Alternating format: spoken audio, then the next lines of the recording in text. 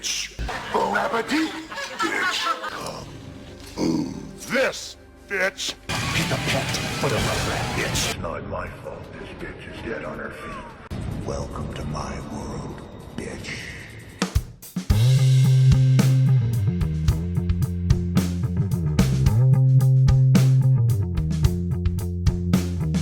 Morgan, how are you doing, man? I'm not gonna sleep well. I don't sleep well anyways. But we, as promised, this is our 6th video, and well, guess what? It's October 1st. Yes. And which means horror movie month, and we programmed this for the last couple weeks, and our first movie is A Nightmare on Elm Street. Yep. Hooray, spooky month. Yes, spooky, scary, horror, bloody, all that wonderful stuff. Yes. Hey, move your seat up a skosh, just a hoochie pacha pa. That's good enough. Fuck it. Yeah. Okay, so it's Halloween month. This is our 6th video, Nightmare on Elm Street. But this is not the first time you've seen Freddy Krueger on film. What was the first time you saw Freddy Krueger? The first time I saw Freddy Krueger was Freddy vs. Jason, which, God, that is such a fun movie. It is a fun movie, and even though we're not going into it today, there's a good point about why it's better. That movie is more popular now, or why I like that movie more. A Nightmare on Elm Street came out in 1984. It was written and directed by Wes Craven. It was made for like $1.1 million, and it is our first iteration of, or first appearance of Freddy Krueger, played by Robert Englund. And the thing is, I like this movie. It is very much an 80s movie, and the 80s culture and the 80s just vibe is baked into the DNA of this film. It's not just, oh, it takes place in the 80s because that's when it was filmed. Like, no, this movie is an 80s movie. Okay, it's a slasher movie. Yes. And the 80s were known for slasher movies. How much of the 80 movies have you seen that were slasher flicks? Well, I haven't seen the first Friday the 13th. Scream was not 80s. No, it was 90s. Late 90s? Yeah, late 90s, like 98, 99? Yeah. Or 97, I think. And but the other ones that came out, there was a lot of them during that time, but the 3 big ones, I would say, were Nightmare on Elm Street, Friday the 13th, and Halloween. So that would be Freddy, Mike Myers for Halloween, and Jason Voorhees for Friday the 13th. Now, I was never... 2 through the rest of them. Yes, okay. That's off topic, though. Yeah, that's off topic, but I was never like a huge horror fan. I mean, that's like my thing. I did watch horror movies, but like it took me forever to get to the point of watching Halloween and Friday the 13th. It wasn't my wheelhouse. But the thing about A Nightmare on Elm Street that was different for me was, and resonated with me even though I didn't like horror, was there was a certain amount of creativity in the kills. Yes, all of them were very... I'm not going to say a lot of them were super unique because, you know, one of them is a hanging, the other one is just slash and then throwing around the room. But there's an element... The reason why I like this movie a lot is there is an element of fun. It's very... Like, yes, it's very 80s, but whereas other movies are like, oh, it's so scary, this movie, Freddy is having the time of his friggin' life the entire time. Jason doesn't care. Mike Myers doesn't care. Freddy's playing. Yeah, he's playing. And you know what? Even in the... Listen, as far as the Nightmare on Elm Street movies go, I'm not going to rank them, but this is like the intro to Freddy. But the other Nightmare on Elm Street movies, save for the second one, I liked a whole lot more because Robert Englund really leaned into the funny, comical, humorous aspect of the really wicked charm of Freddy. Yeah. Which... There's a certain level of glee that you can just feel. Yes. When I saw him in Freddy vs. Jason, this dude was just having so much fun. He was going out there and he was a kid in a candy store just like, oh, all the people to hurt. It's amazing. And you know what is unique about it is like, okay, the other ones is like, okay, we got a bunch of teenagers being killed. But there's something more insidious about like a child predator. Yes. Now, they don't go out right and say it, and I know why. That he would like assaulted these, sexually assaulted these children. But I think they held back on that because I knew it was like a bridge too far.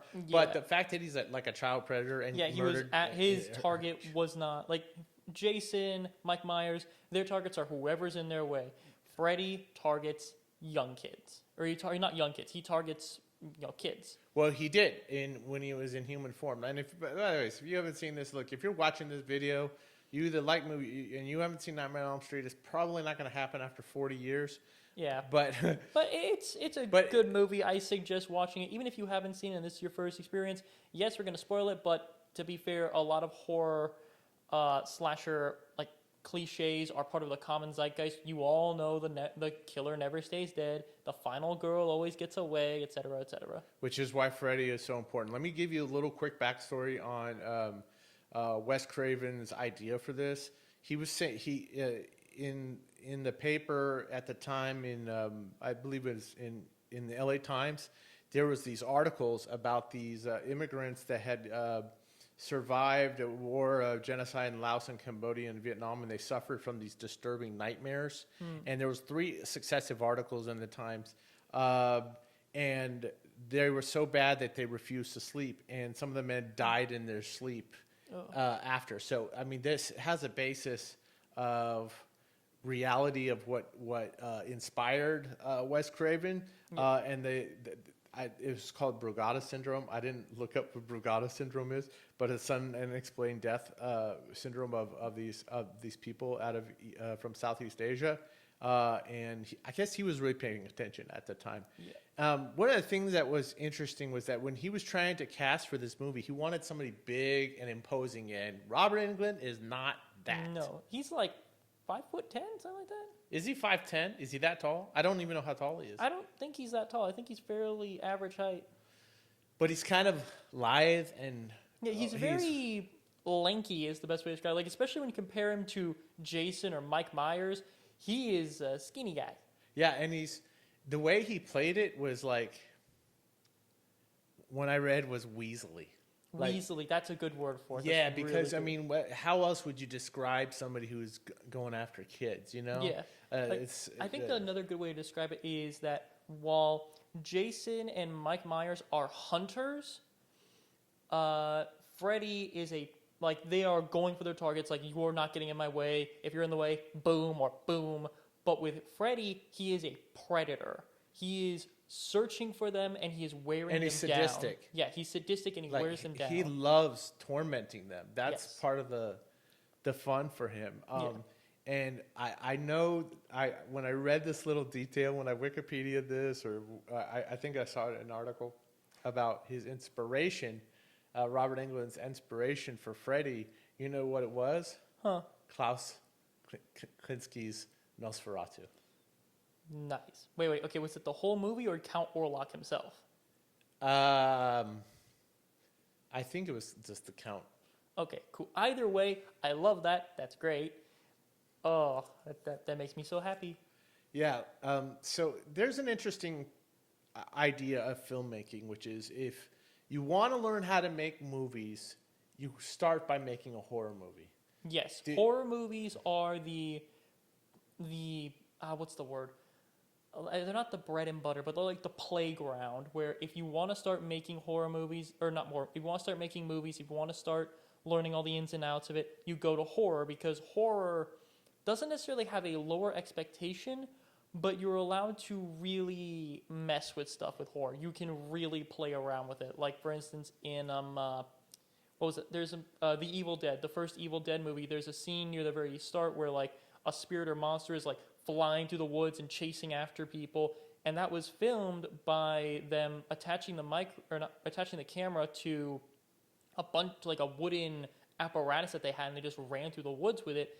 And now the POV of the large tall monster chasing or flying through the woods and after someone, that is like a staple in horror movies and just scary things in general. And it's not just that there's, I wouldn't go so far as to say low expectation, but what it does is, look, you're going to be limited in budget. This was made for $1 million, and they had people pulling in and out of the financing and all that.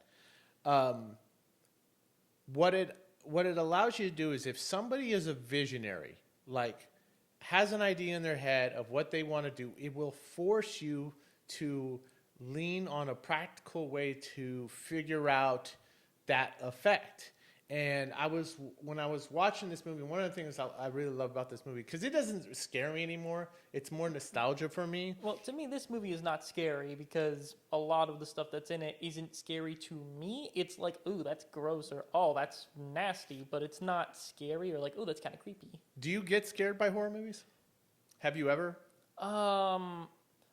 I got scared. This is going to be really, really dumb. But I got scared when I was, I think, 12 years old because I watched the Angry Video Game Nerd play through Halloween and Friday the 13th and Nightmare on Elm Street games. And he had these skits in it where the characters would like come out of the games and chase him around and stuff like that. Well, that scared me when I was 12. I mean, to the point where... What was the one where the zombie one where it was in Raccoon City? Resident Evil. Resident Evil. Thank you.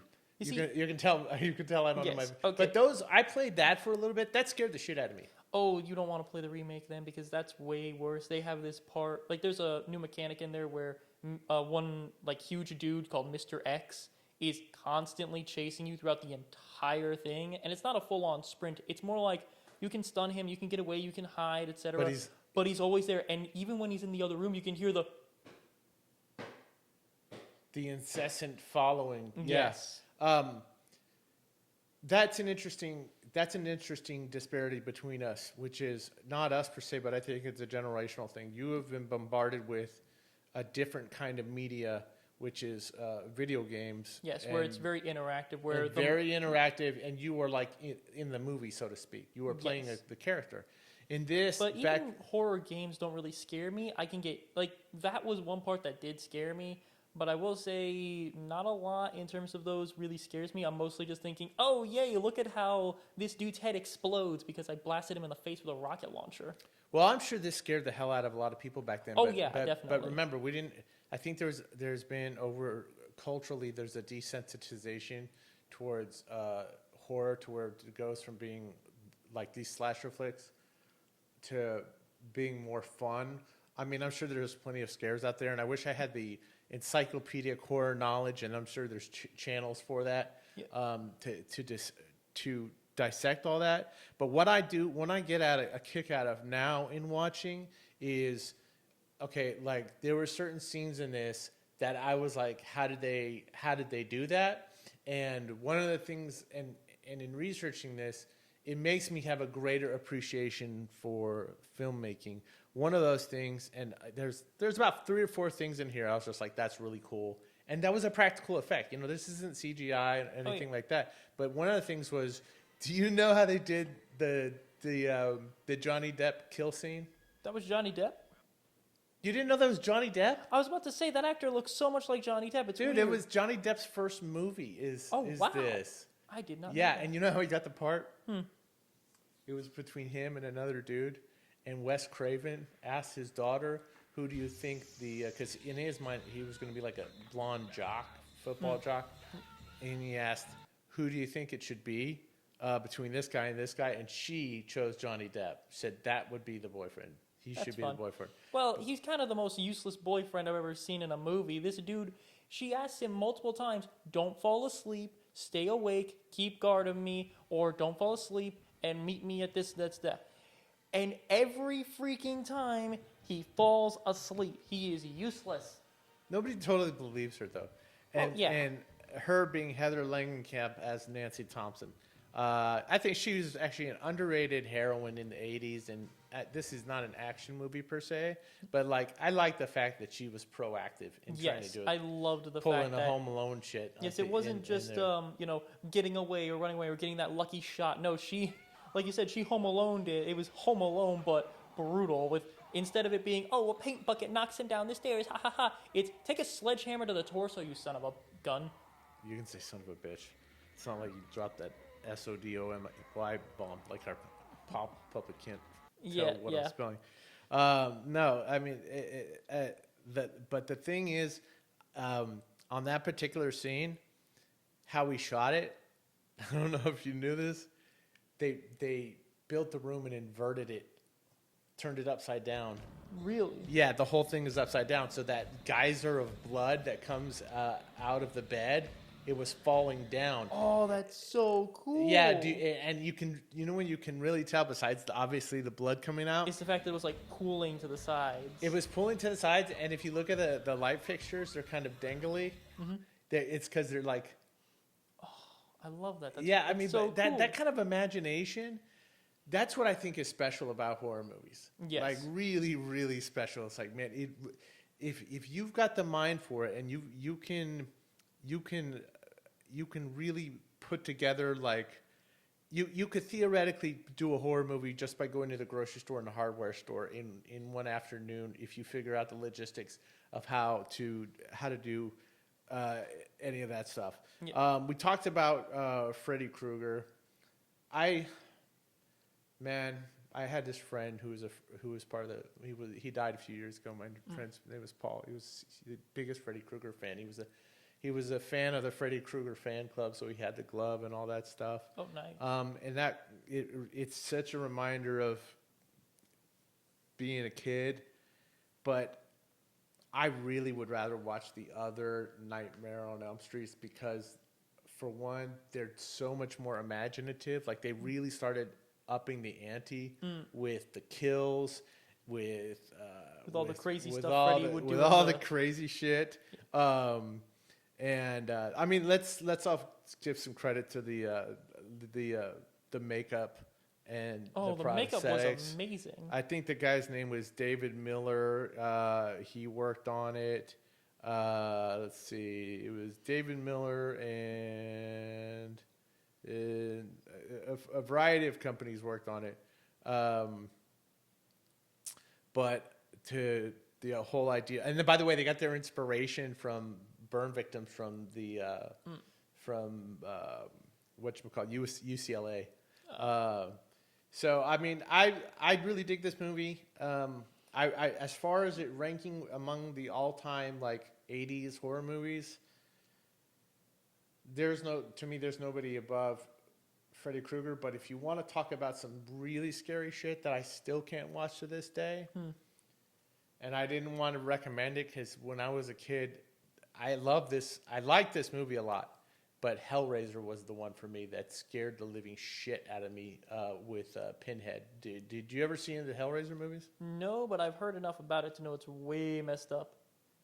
Kevin Yeager also worked on this. Oh, sorry, Kevin Yeager. One thing I wanted to say is, because you were talking about, the makeup and the props and stuff like that. That knife glove, I loved the fact that the opening sequel, like the opening credits of the movie, was the crafting of his like iconic glove. I loved that. I also really enjoyed the fact that when you first see this movie, like I thought it was going to be from, what was her name, Tina's perspective, but then she dies in like 20 minutes and it's like, okay. And so it changes from Tina to Nancy's perspective, and I think that's really interesting, really good. And what do you think about the idea, how inspired it was to use a glove rather than, I think he was thinking of using a sickle at some point, Wes Craven. I think the glove works way better because it really does play up his personality, because most of the people would just use, whatever, a sickle, a machete, or a knife. But Freddy is like, no, you can't be that boring about it. You gotta craft something. You gotta make this work of art and really go for it and have some fun. Let's see. Oh, one thing I did notice is, for a lot of this movie, they called him Fred Krueger, but then now we all just call him Freddy Krueger. So I don't know. That's just something I noticed, which was that everyone calls him Freddy, but he's even credited in the beginning of the movie as Fred Krueger. Yeah, well, That's just a tiny little thing I noticed. No, it's not. To me, it's not that big of a deal. But it really it's isn't. like after the first movie, once you become a cultural icon, certain nicknames stick. And Freddy. One thing I also wanted to bring up is the blood fountain explosion thing from the bed. That is because I mentioned before off camera that Freddy Krueger is a guest character in Mortal Kombat 9, where you can fight people and kill them and all that. And the fun thing is that blood explosion, that's one of his fatalities. Oh wait, what's his fatality? It's one of his fatalities. He has two. One where he like summons up a furnace, locks them in, and as they're like, I'm burning, they try and get out. He just waves bye-bye and then slams the door so hard it cuts off their arm that's like reaching out like, help me. I don't and know then if the second one is the one where it's the blood explosion where he like teleports behind them, stabs them through the chest, and just drags them into this like Do you have that little game? Yeah. I think I have the Dude. Ultimate Edition. Could you like bring it over here if we could play it? Sure. That'd be fun sometime. I haven't played a video game in like forever, but the only thing I know about the Mortal Kombat, it was Mortal Kombat. Yeah, right? Mortal Kombat 9. Mortal Kombat games. There's only two like special appearance characters that I've ever wanted to play. One was Freddy Krueger. The other one is the Xenomorph. Oh yeah, and then there's also Jason Voorhees in that same game and Oh, Leatherface. that's cool. Yeah, okay. Mortal Kombat 9 was Freddy Krueger. Mortal Kombat X, Mortal Kombat 10, the guest characters are Jason Voorhees, the Predator, Ooh, nice. the Xenomorph, and Leatherface. Okay, real quick, and we'll wrap it up because I think, we've said all we needed to say about that. Oh, what's your favorite kill? My favorite kill was absolutely the blood splatter, mostly because it reminds me of Mortal Kombat. You mean 9. the Johnny Depp death? The Johnny Depp death? Yes, Say I that love that 5 one. times fast. Johnny Depp death. That was my favorite too. But from a filmmaking perspective, I got Now a kick that, out. I was like, how here's the the- hell they do all that? Now that I know that they made an inverted room for it, I'm like, that's even more my favorite because Dude, it's watch so it. good. Go see it. Like you know how like they have him coming through the wall. Yes. That was all spandex. Oh, that's fun. I mean, isn't that cool? That is Yes, I so much fun, dude. I love all the creativity and everything. I will say one thing that I didn't like about this movie was the very ending. Spoiler alert. But I don't like how she sort of won and sort of woke up, but then it turns out she didn't wake up, and it's like, is she dead? Did she survive? What's going on there? Well, I don't mean, know. they're sequels, bro. They gotta make money. Well, So here's the thing. It's not. I'm asking if she's dead. I know Freddy's not dead. Even when Freddy got actually brought into the real world and got stabbed through the chest by his own arm in Freddy vs. Jason, he's still alive. So, yeah, obviously he's not dead, but like she didn't win, but did she lose? I don't know. So this movie has had 6 sequels. I want to say 2, 3, 4. But does 5. Nancy return in any of them? Yeah, she's in. Have you heard of a New Nightmare? No. Okay, so the last of the Freddy Krueger movies, was Freddy Goes to Hell. Okay, I did not love it, but it was so weird because when you crossing a decade and the beginning of a decade, end of the other one, there's kind of a crossover feel of culture. Yeah. Like you got the tail end of the '80s, well for me, and then the beginning of the '90s. I felt like it had kind of worn out its welcome, but it was a decent end. I mean, they like definitively killed him, but then they did a movie called A New Nightmare, which was like very meta, where Jason comes into real life outside of the fictionalized dream world, as in Wes Craven and Heather Langenkamp exist as themselves in this world. Oh, okay. And he's like a more menacing version of himself. Wait, so Jason or Freddy? I said Jason. I said Freddy. Okay, so it's Freddy. So Freddy comes in to it. It's actually a pretty interesting concept. I didn't love that movie, but it was, It's a fourth it was wall a break new. type deal, sort of like There Goes the Thought. I hate that. And then the last one I saw with him in it was him versus Jason, which was more satisfying to me than the previous 2 Freddy Krueger movies. And then there was the Nightmare reboot movies. in 2014, I think. Which I didn't see. Even though I like what's his face, I think it's worth watching. I would watch it again. Would I watch this one again if it was with somebody new like you or somebody else? I'm glad we got to watch it. It was a good way to kick off Halloween. Yes, absolutely wonderful way because it's fun. It's scary. Well, it's supposed to be scary, but honestly, I love all the parts where he's hacking things open and like he hacked off his fingers to show, hey, I can do this here, or when he like cuts open the corpse of Tina and it's like bug or it's like the worms and the stuff. worms and stuff, like the eels falling, where he's like, hey, watch this, and he cuts open himself and it's like the gunk and like maggots and stuff. Oh, it's so gross. I love it. It's a fun movie. and I actually would rather watch the other ones. I just bought the 4-pack. I hate. By the way, my Sony Bravia doesn't work with a damn on my internet. Maybe that's left for what we already talked about in for technical difficulties. By the way, there will be a supplemental video to this that we started last week with Inception called Technical Difficulties, which is kind of a supplementary how we did this, what problems we have, and a lot of it for this week will be directly from my mouth because I got real frustrated at some shit. Yeah. But you know what, man? Physical media, it's not dead. There's a room for it. And if your internet's not working and you're SOL, you know, it's good to have a copy of a DVD. And in this case, thank you Half Price Books for, you know, supplying a 4-pack of the 1 through 4 of Freddy Krueger. Do you have any final thoughts? Not really final thoughts, but I do have one thing to say to the viewers, which is please like, please subscribe, and comment down below if you have any video or movie recommendations. We're not going to be doing them until after October, but please put in what is your favorite Freddy Krueger kill of all time. It could be any of the movies. Any of the movies, games, even if he's in like some weird books or whatever. Yeah. Just put that down there. Put that down there and share the video. Yes, share the video. That one. We have not been asking you guys to do that. Whoever's watching it. The 4.5 minutes that you guys were watching it, and we're grateful you guys tuned in. Now, what is next week's video? We teased it in this one, but it's actually a movie that I've seen that he has in. I know, and it's my favorite movie just because of how fun of all time. Well, I'm not gonna say of all time, but it's definitely one of my favorites. It is the 1920s Nosferatu. So look forward to that. Okay. Until then, we'll see you guys next time. Thanks for joining us on X versus Z. Later. Laters.